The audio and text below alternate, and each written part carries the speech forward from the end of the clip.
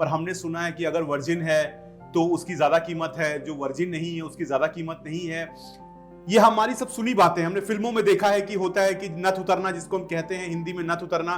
क्या ऐसा कोई सिस्टम काम करता है इन एरियाज में? शुरू में उन लोगों को पेन किलर्स दिया जाता है, पेन किलिंग इंजेक्शन दिया जाता है। अच्छा, ये तक अगर दिया जाता है? ऑफ कोर्स 13-14 साल की लड़की है या 15 साल की लड़की है, उसके साथ अगर एक रात में 10-10, 15-15 नए लोगों को भेज दिया गया God. ये करने, मतलब क्लाइंट के साथ काम करने के लिए, कितना वो रेजिस्ट करेगी, कितना रेजिस्ट करेगी, उसकी शरीर का क्या हालत होता है। और जब आगे जाता है उसके साथ मारा पीटी, उसके साथ खाना नहीं देना, बंद कमरे में ऐसे रख के देना, ये अपने अंदर नीचे की लड़कियों से वो काम कराएगी। हाँ। वो हेड, जिसको हम कहते हैं मासी बन जाएगी। एग्जैक्टली। और वो हो जाती फ्यूचर ब्रॉथल की। जब अगर आप सेक्स नहीं करेंगी तो आपको भूखा रखा जाएगा, आपको बंद कमरे में डाल दिया जाएगा, रोशनी भी जहां नहीं आएगी, पानी तक नहीं दिया जाएगा। हम किस मुंह से अपने आप को महिला सशक्तिकरण या फिर वुमेन एम्पावरमेंट जैसे इतने बड़े भरकम शब्द का इस्तेमाल करते हैं? बाहर में कॉर्पोरेशन का टैप था, वहीं पर उसका मांग में साबुन दे के सिंदूर धुलवाए, लड़कियों को निकाला, आ गए। बाद में उसे पूछो, बहुत मजा आया ना? दोस्तों, स्वागत है आपका आज एक बार फिर मेरे इस पॉडकास्ट में। आज हम जिस मुद्दे पर चर्चा करेंगे वो है शहर की बदनाम गलियां। जी हाँ, जिन्हें हम कहते हैं शहर की बदनाम गलियां।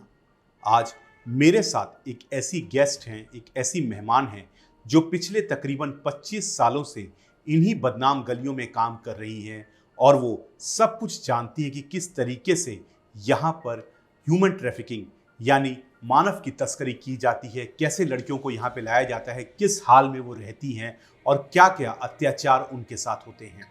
एक एक चीज़ वो बताएंगी जो शायद आपको पहले कभी नहीं पता होगा। तो ये वीडियो आपके लिए है अगर आप सब कुछ जानकारी चाहते हैं इन शहर की बदनाम गलियों के बारे में। तो चलिए करते हैं उनसे मुलाकात। तो मेरे साथ अब जुड़ चुकी हैं मिस उर्मी बासु, जो पिछले 25 सालों से इस बदनाम गलियों में काम कर रही हैं। तो आज सब कुछ वो बताएंगी देह व्यापार और मानव तस्करी के बारे में।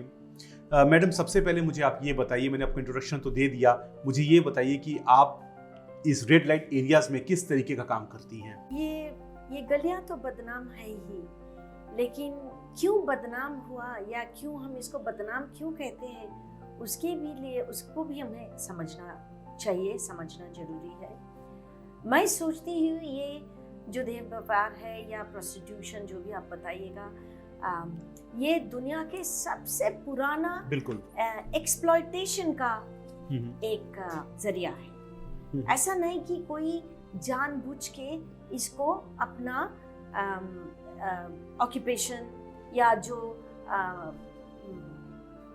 इनकम करने का जो उपाय है उसमें आते हैं। इसके पीछे एक बहुत ही दर्दनाक कहानी होता है और जिसमें लोग, औरतें बहुत ही बुरी तरीके से एक्सप्लॉइट हो जाती है। दीदी, आप एक्सप्लॉइट यानी शोषण का बात करती हैं और आप पिछले इतने दशकों से काम कर रही हैं।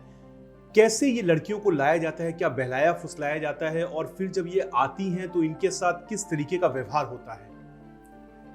देखिए, एक बात तो सही है कि जहाँ भी गरीबी हो, जहाँ भी लोग लाचार हो, जहाँ भी कोई किसी तरीके का युद्ध हो या सोशल डिसरप्शन हो, सबसे पहले उसका सबसे पहला कीमत औरतें और बच्चे देते हैं। बहुत सही बात कही आपने, बहुत सही बात कही। Thank you. तो उसी के कारण जो सोचिए, बंगाल के कोई गांव में एक फैमिली होगा, उसमें 2, 3, 4 बहनें हैं, पिताजी छोटा मोटा खेत का काम करते हैं, उनके पास उतना पैसा नहीं है कि लड़कियों को पढ़ाए, लड़कियों को आगे बढ़ाए। तो कोई आके, शहर से कोई आके बोलता है कि आपको ये लड़की है, मुझे इसको दे दीजिए, मैं इसको शहर में ले जाके कोई अच्छा काम दिला दूंगा, हो सके कोई गारमेंट फैक्ट्री में काम दिला दूंगा, किसी के घर में काम दिला दूंगा। ऐसे ऐसे करके उनको फुसला के बहला के कलकत्ता शहर में लेके पहुंचते हैं और उसके बाद ये इन लड़कियों को बेचा जाता है ब्रॉथल ओनर्स के पास। ये जो बेचने की बात है दीदी, मैंने सुना है कि इनकी बोली लगती है, ऐसा कुछ होता है क्या? ऑफ कोर्स होता है। अच्छा, ऑफ कोर्स होता है। मतलब ऐसा नहीं कि जैसे कैटल बेचा जाता है उस खुलेआम आपको ये सब दिखने को नहीं मिलेगा, लेकिन एजेंट्स है जो ब्रॉथल में काम करते हैं, जो ब्रॉथल ओनर्स है, उनके पास ट्रैफिकर्स होता है जो गांव में जाते हैं, कुछ अलग अलग से ढोंग करते हैं, बोलते हैं कि मैं ये यहाँ शादी करने आया हूँ, मेरा फैमिली यहाँ है, मैं ये काम करता हूँ। और इन दिनों मतलब जब से हमारा साइबर डिजिटल कनेक्टिविटी बढ़ गया है, ये तरीका थोड़ा बैकफुट में चला गया। लोग समझदार हो गए। लोगों के पास अभी बहुत ज्यादा इंफॉर्मेशन है। ओके, लेकिन जब मैं काम शुरू की थी 25 साल में तो बहुत चीजों का बदलाव आया है। पूरा देश, पूरा समाज बदल गया है। एटलीस्ट ये मैं उम्मीद कर सकती हूँ कि कुछ जो चीज जरूर बदला होगा। लेकिन आजकल का जो ट्रैफिकिंग का जरिया है वो largely a lot of it is cyber dependent, internet के माध्यम से हो रहा है। फेसबुक में लड़कियों को दोस्ती, उनके लिए दोस्ती का ये इनविटेशन किया जा रहा है, उनको बोला जा रहा है कि आप आओ, हमसे मिलो, हम आपके दोस्त हैं। फेक आईडी बना के कर रहे हैं। और लड़कियां भी थोड़ा एक्साइटमेंट, टीनेज गर्ल्स है, अच्छा मुझे कोई अच्छा बोला, मुझे कोई बोला कि मैं सुंदर दिखती हूँ, वो लोग भी इसमें शामिल हो जाते हैं। और गांव में भी मुझे मालूम है पेरेंट्स हैं जो इन लड़कियों को अपना डिजिटल आइडेंटिटी करने अलाउ करते हैं। तो ऑल ऑफ दीज थिंग्स, ये सभी कुछ लड़कियों के लिए, बच्चों के लिए एक बहुत ही खतरनाक और बहुत प्रिकेरियस, मतलब बहुत सा नाजुक एक परिस्थिति हो जा रहा है। दीदी, जब इन लड़कियों को ब्रॉथल में लाया जाता है, सबसे पहले सवाल तो ये कि कोई स्पेसिफिक उम्र है जिसको टारगेट किया जाता है लड़कियों में कि भाई ये जवान लड़की है तो इसकी कीमत ज्यादा मिलेगी, ऐसा कुछ होता है क्या? या फिर हमने सुना है, लाइक मैं पूछ रहा हूं आपसे, पर हमने सुना है कि अगर वर्जिन है तो उसकी ज्यादा कीमत है, जो वर्जिन नहीं है उसकी ज्यादा कीमत नहीं है। ये हमारी सब सुनी बातें, हमने फिल्मों में देखा है कि होता है कि नथ उतरना, जिसको हम कहते हैं हिंदी में नथ उतरना। क्या ऐसा कोई सिस्टम काम करता है इन एरियाज में? ऑफ कोर्स काम करता है, जरूर काम करता है। ये तो बहुत पुराना तरीका ही है। अच्छा। और आपने देखे होंगे, आपने इवन दो ये बहुत ही स्टाइलाइज्ड प्रेजेंटेशन है, गंगूबाई में आपने देखे होंगे। हाँ, हमने देखा है, इसलिए और गंगूबाई के जो सीन्स है, जिस तरीके से वो अत्याचार दिखाया गया है, बहुत सारी लड़कियां उसी तरीके से लाया जाता है। और इनका, मैं इन जिन औरतों के बारे में बात कर रही हूँ वो अभी 45, 50, 55, 60 उम्र के हो गए, क्योंकि मैं जब काम शुरू की थी 25 साल पहले, ये लोग देवर इन देयर प्राइम। हाँ। और सारी दुनिया में एक ऐसा ही प्रोफेशन है जिसमें स्टार्टिंग मनी सबसे ऊंचा रहता है। जब आपको बेचा जाता है, हाईएस्ट वैल्यू में बेचा जाता है। और जब आपका रिटायरमेंट या when you are on the shelf, आपको जब बोला गया कि आपके you have no more value any more, तब आपका पैसा, आपका value is zero. So this is दो चीज मैंने सीखी ये काम करते आए। एक तो है कि स्टार्टिंग सैलरी सबसे, स्टार्टिंग मनी अर्निंग हाईएस्ट। मतलब ये ठीक उल्टा है, जैसे कोई बिजनेस में हम जाए नौकरी में तो पहले कम पैसा मिलता है, फिर एक्सपीरियंस आते बढ़ता है। पर ये धंधा, सॉरी इस वर्ड का यूज कर रहा हूँ, ये बिजनेस ऐसा है कि शुरू में ज्यादा और जितना उम्र बढ़े उतना कम। या अगर आपके 15 साल 16 साल उम्र है और किसी ट्रैफिकर ने ले आके आपको बेचा कहीं, और आप ऐसे सुंदर हो, हेल्दी हो, आपको बहुत वैल्यू रहेगा। लेकिन जैसे आज आपका उम्र बढ़ता जाएगा, जैसे आपका वेरियस डिजीजेस के शिकार हो जाओगे आप, आपका वैल्यू कमता जाएगा। तो और दूसरी चीज ये है कि हम लोग रात को सोते हैं, सुबह जाग के तैयार होते हैं काम पे निकलने के लिए। ये लोग रात भर काम करते हैं, कभी कभी रात और आधा दिन भी। बिजनेस टाइम स्टार्ट्स फ्रॉम, सोचिए दोपहर को 4 बजे। अगर कोई 4 बजे तैयार होके काम करते हैं सुबह 4 बजे तक, तो वो माँ कैसे सुबह उठ के अपने बच्चों को पढ़ाएगी, खिलाएगी, उसका यूनिफॉर्म तैयार करेगी, उसका बैग तैयार करेगी, उसको स्कूल में भेजेगी? संभव ही नहीं है, संभव ही नहीं है। और उसी कारण के लिए जनरेशन आफ्टर जनरेशन गर्ल्स, लड़कियां इसी माहौल में रखी गई, क्योंकि उनके पास कोई दूसरा उपाय नहीं था, दूसरा एग्जाम्पल अवेलेबल नहीं था। मैं सिर्फ अकेली ये काम नहीं कर रही हूँ, देश में और बहुत सारे एक्टिविस्ट्स हैं, हम लोग सब मिलके ये काम कर रहे हैं। और हम एंटी ट्रैफिकिंग के हमारे एक एक्सपर्ट्स के ग्रुप है। हम में से कोई भी अकेले एक्सपर्टीज हमारा है नहीं, हम सब मिलके काम करते हैं। दीदी, ये जो जैसे आपने बोला कि एक तो इतनी मेहनत करती हैं, रात से सुबह तक ये काम करती हैं, अब मुझे ये बताइए कि जैसे लड़की आती है, अब उसको बहला फुसला के लाया गया कि भाई मैं तुमसे शादी करूंगा, जैसे आपने कहा फेसबुक की मदद से बहलाया जाता है, इंटरनेट का दौर है आजकल, लेकिन उसको जब नई जगह लेकर आया जाता है, लाइक शादी तो क्या है, वो तो कुछ भी नहीं है, लेकिन जब इस जगह लाया जाता है और वो एक अच्छे परिवार से आई है, तो वो तो इस बिजनेस में एकदम जा नहीं सकती ना। अचानक क्या उसको मारा पीटा जाता है वहां पे, क्या टॉर्चर भी किया जाता है, ऐसा कुछ होता है दीदी इनिशियल स्टेजेस में?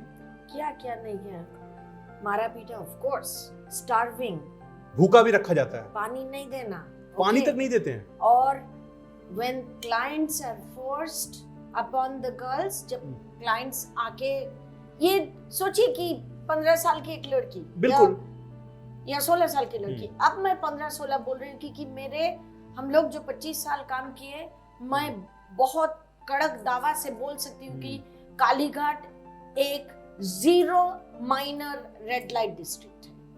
वो आप लोग के काम की वजह से ऐसा हुआ? हाँ, कैसे ये हुआ? क्योंकि हमने एक कम्युनिटी ऑब्जर्वर, जो औरतें अभी भी काम में हैं, ये काम कर रही हैं, लेकिन उन्होंने देखा हमारे इंटरवेंशन से उनके बच्चों का लाइफ में क्या क्या बदलाव आए हैं, तो वो छोटी बच्ची किसी को वहां ला ही नहीं सकता है, ला ही नहीं सकता।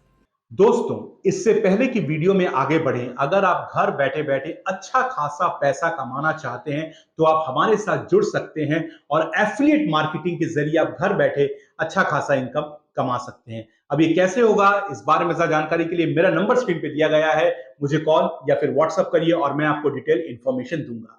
दीदी, लेकिन एक आप जैसे बात बोली कि भूखा रखा जाता है, और ऐसा भी होता है कि फोर्सफुली कस्टमर भेज दिया जाता है, वो टॉर्चर करता है उसको। ऑफ कोर्स, सोचिए कोई एक मिडिल क्लास फैमिली या लो मिडिल क्लास फैमिली की लड़की जो बाप माँ के बहुत प्यार से पली है, हाँ, बड़ी हो, अचानक वो एक जगह में लाई गई कि वो किसी को नहीं पहचानती, ओके, कोई भाषा नहीं समझ पा रही। सोचिए एक नेपाली गर्ल, वहां नेपाल से उसको कलकत्ता में लाया गया, कलकत्ता से उसको हैदराबाद लेके गया, हैदराबाद से उसके कहीं भी तमिलनाडु हो, केरला हो, कहीं भी लेके गया हो, हाँ, लेके गए हम। बिल्कुल। वो अगर पढ़ी लिखी भी होगी तो उसके भाषा में तो कुछ नहीं पढ़ाई। मुझे आप अगर ले जाओगे केरला और बोलोगे कि आप मलयालम पढ़िए, मैं पढ़ सकूंगी? नहीं, असंभव ही नहीं, असंभव। तो वो लोग पहले, आजकल डिजिटल वर्ल्ड इज, तो हम बोलते हैं खराब भी है अच्छा भी है उसमें। तो क्या होता है, लेके लड़की को लेके गए और वो कुछ नहीं, वो फोन उसको मिले भी, वो कैसे बताए पेरेंट्स को कि मैं यहाँ हूँ, कौन देश, कौन जगह, कौन दुनिया, कैसे बताएगी? और उसको लॉक किया रखा जाता है। लॉक मतलब टोटली लॉक, जहां दिन की रोशनी भी नहीं, इस हालत में रखा जाता है। इस हालत में। और हमारे साथियां हैं जो बॉम्बे के बहुत सारे रेड लाइट डिस्ट्रिक्ट्स में से रिकवर किए हैं विथ थर्मल इमेजिंग इंस्ट्रूमेंट्स। मैं इनसे बात कर रहा हूं, मैं लिटरली बताऊं, मेरे रोंगटे खड़े हो रहे हैं सर। हम अब मैडम एक बात मैं कहूंगा कि हम यहाँ पर महिला, इनको भी रोना आ रहा है, she is also literally emotional हो जा रही है वो। हम किस मुंह से फिर इस देश में से, दुनिया में महिला सशक्तिकरण की बात कर रहे हैं, जब अगर आप सेक्स नहीं करेंगी तो आपको भूखा रखा जाएगा, आपको बंद कमरे में डाल दिया जाएगा, रोशनी भी जहां नहीं आएगी, पानी तक नहीं दिया जाएगा। हम किस मुंह से अपने आप को महिला सशक्तिकरण या फिर वुमेन एम्पावरमेंट जैसे इतने बड़े भरकम शब्द का इस्तेमाल करते हैं, जबकि आज भी महिलाओं की हालत ये है। अच्छा दीदी एक बात बताइए, आप तो आपने कहा कि आपका जो रेड लाइट एरिया जहां पे आप काम करी वहां पे तो आप माइनर्स को नहीं आने दे रही हैं, वो आपका कमेंडेबल जॉब है, लेकिन ऐसे बहुत सारे एरियाज होंगे जहां आप लोग नहीं हैं, जो इनका एनजीओ न्यू लाइट जो एनजीओ है, बहुत जगह आपका एनजीओ नहीं होगा, वहां तो जो नाबालिका है उनके साथ अत्याचार हो रहा होगा, कितना बचाएंगी नहीं और कहां तक पहुंचेंगी आप? हाँ, बहुत जरूर हो रहा है। हमारे जैसे ऑर्गेनाइजेशंस बड़े बड़े शहरों में है, दिल्ली में भी है और मुंबई में है, पुणे में है, गोवा में है, बहुत सारे हमारे साथी हैं।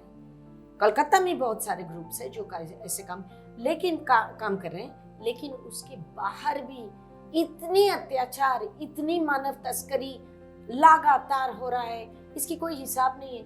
मैंने तो अभी आपको बोला सिर्फ मानव तस्करी जॉन कर्म के लिए जितना बोला जी बिल्कुल, ओके, इसके बाहर भी लेबर फोर्स में इलीगल इमिग्रेशन के जरिए से और फोर्स्ड लेबर और बहुत सारे जगह है जहां बच्चों को, लड़कों को ले जाके उनको काम पे लगाया जा रहा है, काम पे लगाया जाता है, चाइल्ड सोल्जर्स, और ट्रैफिकिंग, म्यूल्स, कैसे ऐसा कोई केस जो लड़की के बारे में आपको याद आता हो, क्योंकि आप 25 साल से काम कर रही हैं, ऐसी लड़की कोई हो जिसका केस आपको आज भी याद है और आप सो नहीं सकती हैं रात को? क्या क्योंकि आप जैसे लोगों का सोना बड़ा मुश्किल हो जाता है कभी कभी रात को, क्योंकि आप जो रोज देखती हैं और जो फेस करती हैं, हम खुद सभ्य समाज में रहने का दावा करते हैं, पर आप जहां पे काम करती हैं मैडम, ऐसा कोई केस जो आपको आज भी रुलाता हो?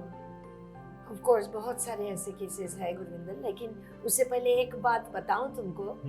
आप जो बोला ना रात को सोना असंभव है, हाँ। नहीं, मैं बहुत चैन से सोती हूँ। अच्छा, क्योंकि मेरा हर एक दिन कुछ बदलाव के लिए कुछ आप बदलाव कर रही हैं।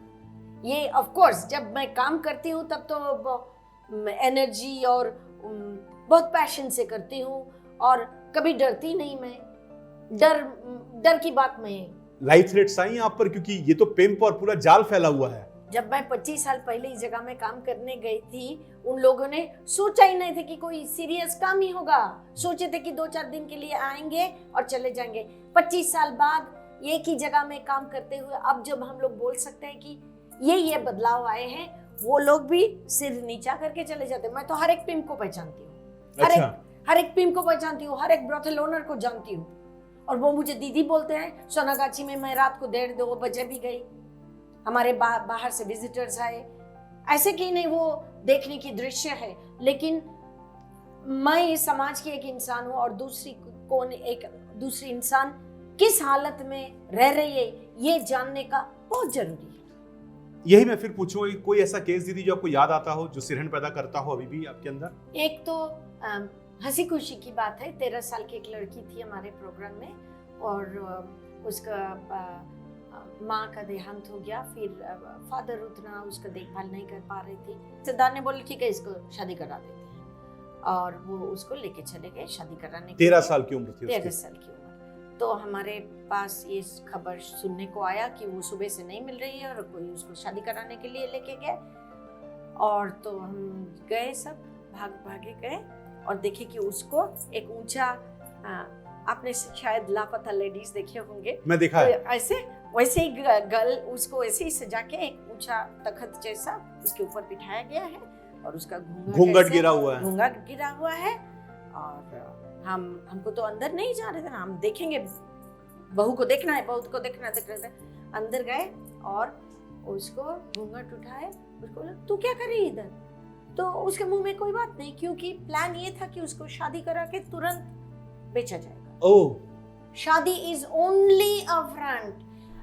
90% of marriages happening in the villages, child marriages, उनका यही होता है। एक आखिर जो क्या एक एम इरादा होता है, यही है कि इसको शादी कराए। शादी कराने से 2 चीज होता है, एक तो पेरेंट्स का जो रिस्पॉन्सिबिलिटी वो खत्म हो गया, हमने तो शादी करा दिया, ओके। और जो ट्रैफिकर जो आया इसको लेने के लिए, उसका एक शादी का शील्ड रहता है। पुलिस भी कुछ नहीं कर पाएगी, शादीशुदा है ना, पुलिस जरूर कर, अगर माइनर है तो कर पाएगी। ऑफ कोर्स अगर माइनर है तो बिल्कुल करेगी। कर पाएंगे। हाँ, अगर माइनर है। पुलिस करने के तैयार होने से भी लोकल एडमिनिस्ट्रेशन, पंचायत का लोग नहीं करने देंगे कुछ। हाँ, बोलेंगे तो इनका फैमिली मामला है, इसको छोड़ दीजिए, ये बहुत पैसा खर्च हो गया इस शादी में, एटसेट्रा एटसेट्रा। बहुत तरीके का सब एक्सक्यूजेस रहता है। अगर जब काम करने की इच्छा हो तो आप काम कर पाओगे, अगर नहीं हो, without political will you can not move forward to change this society. सही कहा। Political will is the primary thing, absolutely. The administration, the law enforcement agency, जितने भी social workers हैं, मीडिया, सब लोगों को एक साथ एक होके, मुट्ठी होके काम करना, तभी हम कुछ कर पाएंगे। और उसके बारे में बोले तो हमने क्या किया, उसका घूंघट उठाए, हाथ से पकड़े, चलो अभी कोई शादी नहीं हो रहा इधर, उधर तो वो बवाल मच गया, ये शादी रुकवा रही। उसको निकाले, मेरे साथी निकाले, बाहर में कॉर्पोरेशन का टैप था, वहीं पर उसका मांग में साबुन दे के सिंदूर धुलवाए, लड़कियों को निकाला, आ गए। बाद में उसे पूछा, बहुत मजा आया ना, शादी रुकवाए, बिकॉज वो पूरा एकदम रेड लाइट डिस्ट्रिक्ट के अंदर ही हो रहा था। अच्छा। और ऐसी है, एक बार एक माँ ने एक लड़की को कहीं भेज दिए थे, और बहुत सारे दिनों के लिए हम लोग उसको ढूंढ रहे, नहीं हो रहा है। एक बार बोला कि वो मेरी सिस्टर के पास है, एक बार बोला यहाँ है, वो है, क्योंकि वो लड़की हमारे प्रोग्राम में थी। अच्छा। और हमें जब ये सुनने को मिला, हमको कुछ अंदाज हुआ था कि हो सके ये बेचने के लिए इसका तैयारी हो रहा था। अच्छा, माँ बाप भी बेच देते हैं? मतलब ऐसा भी केस है जब माँ बाप खुद ही बेचते हैं बच्चों को? उनको पता है कि ये जो लड़की है ये एक ब्रॉदल में चली जाएगी, फिर भी वो बेच देते हैं? देखिए, विलेजेस में और गांव में और शहर के जो रेड लाइट डिस्ट्रिक्ट है, ब्रॉथल्स है, इसका मतलब हालत कुछ अलग है। गांव में माँ बाप लड़कियों को इस काम में भेजने के लिए कभी नहीं भेजते, मतलब गांव में नहीं करते ऐसा ना। अच्छा, मेरे एक्सपीरियंस में। अच्छा। मैं ऐसा कोई भी कंक्लूसिव स्टेटमेंट नहीं दे सकती कि वो एकदम सत्य ही सत्य है, लेकिन जो मेरे तजुर्बा है मैं उसी के जरिए से बात कर सकती हूँ। गांव में पेरेंट्स सोचते हैं कि एक कम मुंह में खाना डालना है, तो ये अगर शहर में चली जाएगी, कुछ पैसा कमा लेगी तो अच्छा रहेगा। अच्छा। उसमें उसी तरीके से उसको भेज दिया जाता है, या नहीं तो शादी करा के, जैसे मैंने बोला, भेज दिया गया। और ट्रेडिशनली हमारे ब्रॉथल्स में जो लड़कियां बड़ी हुई, उनके दिनों पहले उनके पास कोई अपॉर्चुनिटी नहीं रहा। दीदी, एक बात और है, जैसे कि ये लड़कियां आ तो गई और मान लीजिए इनको जैसा आपने कहा मार के, पीट के, भूखा रख के, फोर्सफुली सेक्स करवा के भी इनको उसमें डाल दिया गया। ऐसा क्या केसेस आपके सामने आए हैं कि आप लोग इनको फिर वापस अपने घर बेचने में कामयाब हुए हों, और क्या सोसाइटी इनको एक्सेप्ट करती है? क्योंकि हमारा समाज आज भी इनको बड़ी गिरी हुई नजरों से देखता है, भले ही हम खुद को बहुत पढ़े लिखे समझते हो, पर ये सच्चाई है जो देख रहे हैं सर, समाज आज भी इनको एक्सेप्ट नहीं करता है ना। और मैंने ऐसे, शायद मैं भी एक पत्रकार हूं, मैंने ऐसा खैर विरला ही केस देखा है जहां किसी लड़के ने एक ऐसी लड़की से शादी की हो जो ब्रॉथल से आती है। मैंने नहीं देखा सर अपनी लाइफ में, शायद एक मुझे याद नहीं आ रहा। तो क्या समाज इनको फिर, क्योंकि अगर ये वापस चली गई है ना, तो ये करेंगी क्या? क्योंकि आपने कहा कि पैसा इनको अच्छा मिल रहा था प्राइम में, ये क्या करती हैं फिर वापस जाके भी? कैसे जीवन इनका, समाज कैसे इनको देखता है? इसीलिए तो री-ट्रैफिकिंग बहुत होता है, वापस आके फिर री-ट्रैफिकिंग होता है। और अगर कोई लड़की डिसाइड करती कि मैं वापस घर में जाऊं, घर वाले ज्यादा तौर से नहीं लेते, नहीं वापस, उसके लिए तो उस घर में जाके रहने का कोई चांस ही नहीं था। अगेन मैं फिर वो दोबारा गंगूबाई की कहानी बताऊंगी, वो भी कोशिश की थी, लेकिन उसका घर वालों ने बोला तुमको यहाँ जगह नहीं मिलेगा, कहीं नहीं तुम्हारे। और क्या होता कि बाकी बहनें, बाकी फैमिली मेंबर्स है या कजिन्स है, उन लोगों के क्या बोलेंगे। एक बार जो लड़की ट्रैफिक्ड हो गई, एक तो उसका पर्सनल फिजिकल इंडिग्निटी मल्टीपल टाइम्स, बहुत दफा वो उसकी रेप की एक्सपीरियंस, वायलेशन की एक्सपीरियंस, और उसके साथ इमोशनल डीप ट्रॉमा, वो ट्रॉमा से हील करते ही उसका पूरी जिंदगी लग जाती है। तो ये एक बहुत बड़ा सवाल होता है कि जो मेंटल हेल्थ है उसका, जो उसकी मानसिक हालत है, जब वो देखती है, सब फेस करती है कम उम्र में, ये उसके मानसिक स्वास्थ्य को जिंदगी भर कितना इम्पैक्ट करता है? आपने क्या देखा है ऐसे मामलों में?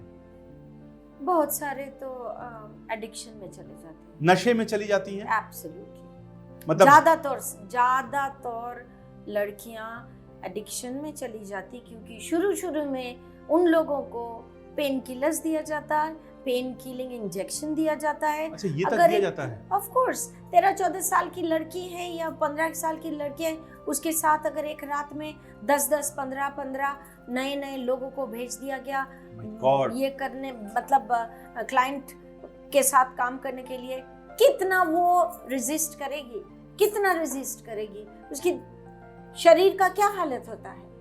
और जब आगे जाता है, उसके साथ मारा पीटी, उसके साथ खाना नहीं देना, बंद कमरे में ऐसे रखे देना, ये उसकी ट्रॉमा की बात तो बता ही नहीं जा सकता।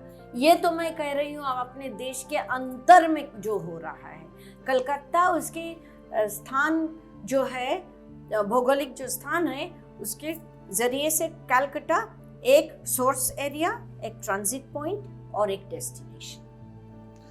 ट्रैफिकिंग के जो हिसाब है उसमें से हम बोलते हैं सोर्स, ट्रांजिट एंड डेस्टिनेशन। सो कोलकाता ये तीनों के लिए क्वालिफाई करते हैं, क्योंकि नेपाल और बांग्लादेश पास, नेपाल है, बांग्लादेश है हमारे साथ। We are landmarks wise connected with 5 different nations. सही। म्यांमार भी लगता है यहाँ बगल में, म्यांमार, ओके, बांग्लादेश है, बांग्लादेश, भारत है, अब नेपाल है हमारे साथ में, नेपाल, हाँ, भूटान है, और अरुणाचल के ऊपर में चाइना का तो बॉर्डर लगता है उधर से, वो तो सच्ची सील्ड है, लेकिन technically we have 5 international borders. और म्यांमार जो है वो सबसे बड़ा ड्रग्स का कार्टेल है। ओनली वेस्ट बंगाल। आपने कहा कि इस बिजनेस में जितनी उम्र बढ़ती है उतना पैसा कमता है। अब ये लड़कियां जो है ये नशे के शिकार हो चुकी हैं। प्राइम में तो अच्छा खासा पैसा आया, इन्होंने नशा भी किया। अब जब उम्र बढ़ गई है तो पैसा कहां से आता है इनके पास नशे का, और किस तरीके का मानसिक ये दबाव झेलती हैं तब? देखो, 100 में होगा 2 या 3 जो कम उम्र में स्मार्ट रहती है और थोड़ा थोड़ा पैसा इकट्ठा करती है, सेविंग्स ठीक नहीं, एक्चुअल में नहीं बताऊंगी। वो या तो गोल्ड खरीदती है या कुछ ज़्यादा स्मार्ट होने से ब्रोथल में कोई एक कमरा वो इसमें ले लेती है, मतलब क्या बोलते हैं, अपने अंदर नीचे फिर लड़कियों से वो काम कराएगी। हाँ, वो हेड जिसको हम कहते हैं मासी बन जाएगी। एग्जैक्टली। और वो हो जाती फ्यूचर ब्रोथल कीपर। अच्छा, वो समझ जाती कि उसका फ्यूचर किस तरफ है। हाँ, बाहर नहीं निकल पाएगी, रहेगी वहीं। ना, वही रहेगी। अगर तुम्हारा 22 साल उम्र है, हर दिन तुम 10-10, 15-15 हजार रुपया कमा रही हो, तुम बाहर में कौन सा नौकरी है तुमको 22 साल में उतना पैसा देगा? बिल्कुल कौन देगा? और तुम्हारा 0 क्वालिफिकेशन। हाँ, इससे लाइफस्टाइल भी चेंज होता है उनका। एब्सोल्युटली।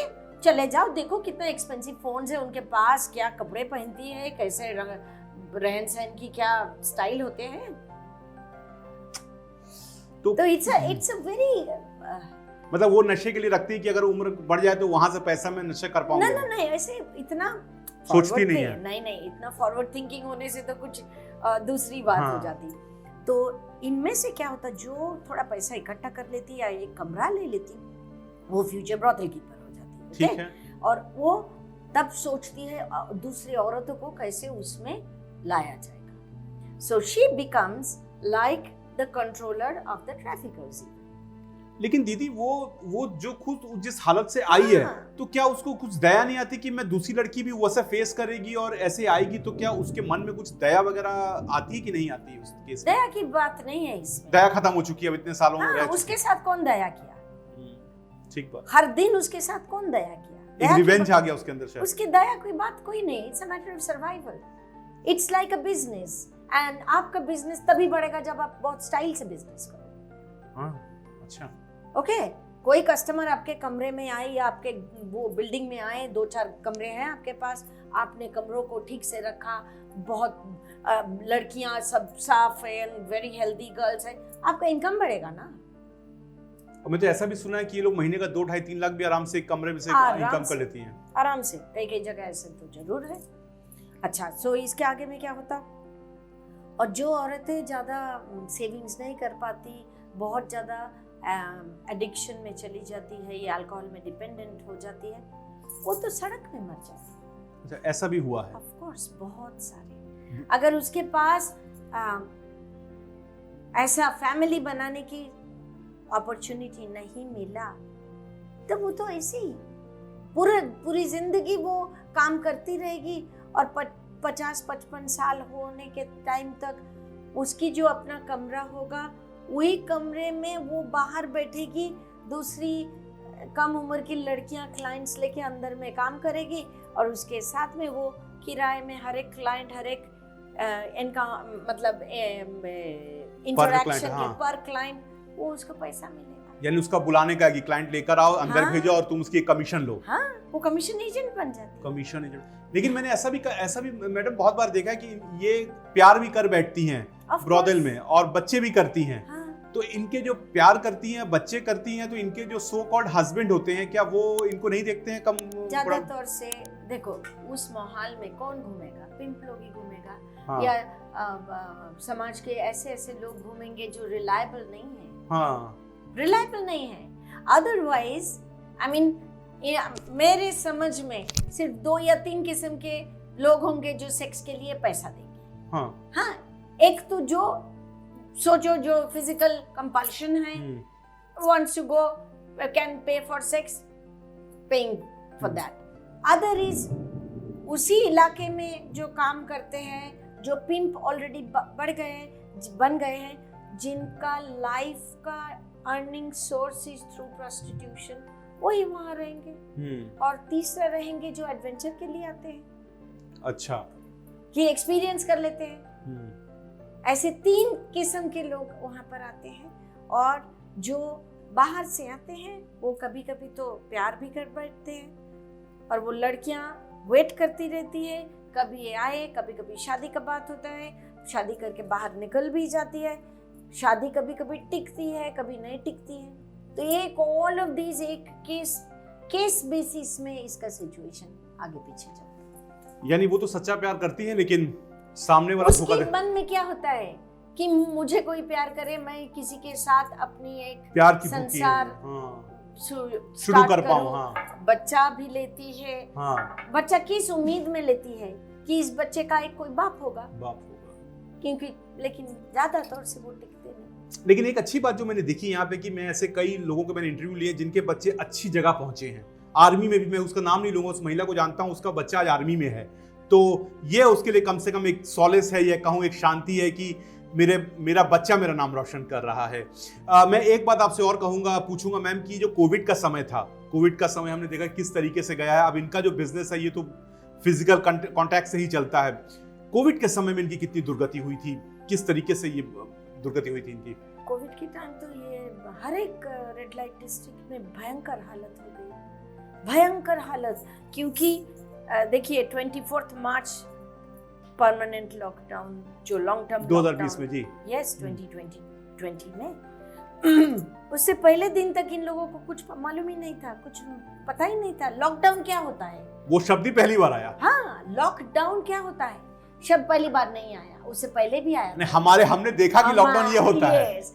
नहीं, वर्ड पहली बार नहीं हुआ, इम्प्लीमेंटेशन पहली बार हुआ शायद। नहीं, उससे पहले भी हुआ था। आप भूल रहे हैं। नहीं, मैं भूल रहा हूँ। 2019 में एक ही हादसा हुआ था, 2019 में नहीं, 2018 में, जिसका जिक्र मैं आपको पॉडकास्ट में नहीं करूंगी, अलग से बताऊंगी, याद भी दिलाऊंगी। एनीवे, तो किसी को मालूम नहीं था ना, तो उनके पास ऐसा पैसा था कि बहुत सारा अनाज खरीद के रखे, दवाइयां खरीद के रखे, कोई चीज का कोई भी गारंटी नहीं था। आज बंद हुआ, कल से जीरो क्लाइंट मीनिंग जीरो पैसा। मकान मालिक तो छोड़ेगा भाड़ा नहीं छोड़ेगा, ओके, और इलेक्ट्रिसिटी बिल नहीं छोड़ेगा। लेकिन हमने एटलीस्ट हम जिस इलाके में काम करते हैं, लड़कियों को बोला एक भी पैसा मकान मालिक को नहीं देना, नहीं देना।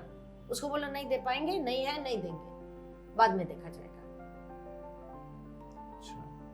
लेकिन फिर भी खाने पीने में दिक्कत हुई? खाने पीने में दिक्कत हुई तो न्यू लाइट जो हमारा ऑर्गेनाइजेशन, ये कलकत्ता में रजिस्टर्ड ऑर्गेनाइजेशन है जिसका 25 इयर्स नेक्स्ट ईयर होने वाला है, हम सिर्फ 4 दिन हम काम नहीं किए, ओनली 4 days। 24 मार्च से लेके 28 तक, 29 मार्च से हमने राशन डिस्ट्रीब्यूट करना शुरू किया। और वो राशन भी मुझे मिला उधारी का। और कालीघाट बाजार में पीछे का एक दरवाजा खोल के सिर्फ 2 ही कूली रह गए थे, 2 कूली सिर्फ रह गए थे। और वो 5-5 फीट का डिस्टेंस बना के उसमें गोल गोल ऐसे मार्क करके हमने राशन डिस्ट्रीब्यूट करना शुरू किया। हम 700 फैमिलीज को कालीघाट में सपोर्ट किए। और जब हम बाद का पूरा ये हिसाब किया तो 1.4 मिलियन, 14 लाख मील्स हम लोगों ने डिस्ट्रीब्यूट। और इसके साथ साथ आप इनके बच्चों के लिए भी एक स्कूल चला रही है ना सर, झिनुक नाम है उसका, मैं अगर गलत नहीं हूँ तो? झिनुक नाम है उसका। ये बच्चों को कैसे आप एडुकेट करते हैं आप लोग उनके बच्चों को? झिनुक है एक प्ले स्कूल, जो ताकि पूरा रेड लाइट डिस्ट्रिक्ट में जितने भी बच्चे हों वो प्ले स्कूल में जा सके। क्योंकि हमारे एक्सपीरियंस में ये वो एक्सपीरियंस ये हुआ कि जब हम कोई बच्चों को रेड लाइट डिस्ट्रिक्ट के कोई बच्चों को 5 साल में एक क्लास 1 में दाखिल करते हैं तो वो कोप नहीं कर पाता, क्योंकि उसके पीयर्स जो है, बाकी जो स्टूडेंट्स है क्लास में, वो तो सब रेगुलर फैमिली से आते, तो उनको तो बहुत कुछ मालूम होता। तो अगर पहला दिन आप क्लास में गए और आपको कुछ नहीं मालूम, ताकि आपके साथियों को बहुत कुछ मालूम है, तो आपका तो पढ़ाई का जो इंटरेस्ट है वही खत्म हो जाएगा। इनके बच्चों को वैसे कोई स्कूल्स में रेगुलर स्टूडेंट से कोई प्रॉब्लम तो नहीं होती है ट्रीटमेंट में? ना, ये कभी नहीं। ये बहुत अच्छी बात। और टीचर्स भी जिस भी स्कूल में, बहुत साल पहले एक बार हुआ था, कोई मतलब एक स्कूल अथॉरिटी के साथ मेरा फेस ऑफ हो गया था। बट नॉर्मली सब ठीक रहता है? ठीक ही नहीं रहता वो। हर एक स्कूल में हमने देखा कि बहुत अफेक्शन, बहुत स्पेशल अटेंशन, ये सब मिलते रहे। बहुत अच्छी बात है, ये तो कम से कम अच्छी बात है कि इनको मिलता है। और मैं बता दूं कि पर्सनली मैंने विजिट भी किया है आपका झिनुक, और मैंने देखा है किस तरीके से आप बच्चों के साथ काम करते हैं, किस तरीके से पढ़ाते हैं। तो जो आपका काम है वो बहुत ही कमेंडेबल है। और मैं आपका नंबर भी स्क्रीन पे दे देता हूं मैम, आपके कॉन्टैक्ट डिटेल्स देता हूं, वेबसाइट भी दे देता हूं। और कोई भी इनसे कनेक्ट होना चाहे और इनका जो सोशल वर्क है उसमें हेल्प करना चाहे तो बिल्कुल हेल्प करें, क्योंकि ये कोई जरूरी नहीं कि आप बहुत ज्यादा हेल्प करें। आपकी छोटी सी हेल्प भी ना, जितना आप कमाते हो छोटी सी, उन बच्चों के काम आ सकती है जो इस एरिया में है। और आज इस दौर पे खड़े जब हम इंटरनेट की बात करते हैं, बड़ी बड़ी बातें करते हैं, कि आप जानते हैं कि दुनिया में तकरीबन हर साल 2.5 करोड़ लोग ट्रैफिकिंग के शिकार होते हैं, और उसमें से 80% लेबर्स के लिए और 20% जो हैं वो ये देह व्यापार और सेक्स ट्रेड के लिए उनका इस्तेमाल किया जाता है। तो भले ही हम बहुत बड़ी बातें करें, लेकिन ये जो शर्मिंदगी है ये भी साथ में लेके चलनी पड़ेगी कि ऐसा भी आज के दौर में होता है। और जैसा उर्मी जी ने बताया कि भूखा तक रखा जाता है, 15-15, 20-20 क्लाइंट्स एक दिन में हैंडल करने दिए जाते हैं, तो फिर ये समाज कहां जा रहा है? बहरहाल अपनी कमेंट्स आप जरूर लिखिए वीडियो में। और उर्मी जी, मैं बहुत बहुत आपका धन्यवाद करूंगा कि आप आज आई और आपने इतना कुछ बताया। मुझे लगता है यूट्यूब में पहली बार ऐसा हो रहा है कि एक आई विटनेस और जो संग में काम कर रही हैं वो इसके बारे बता रही हैं।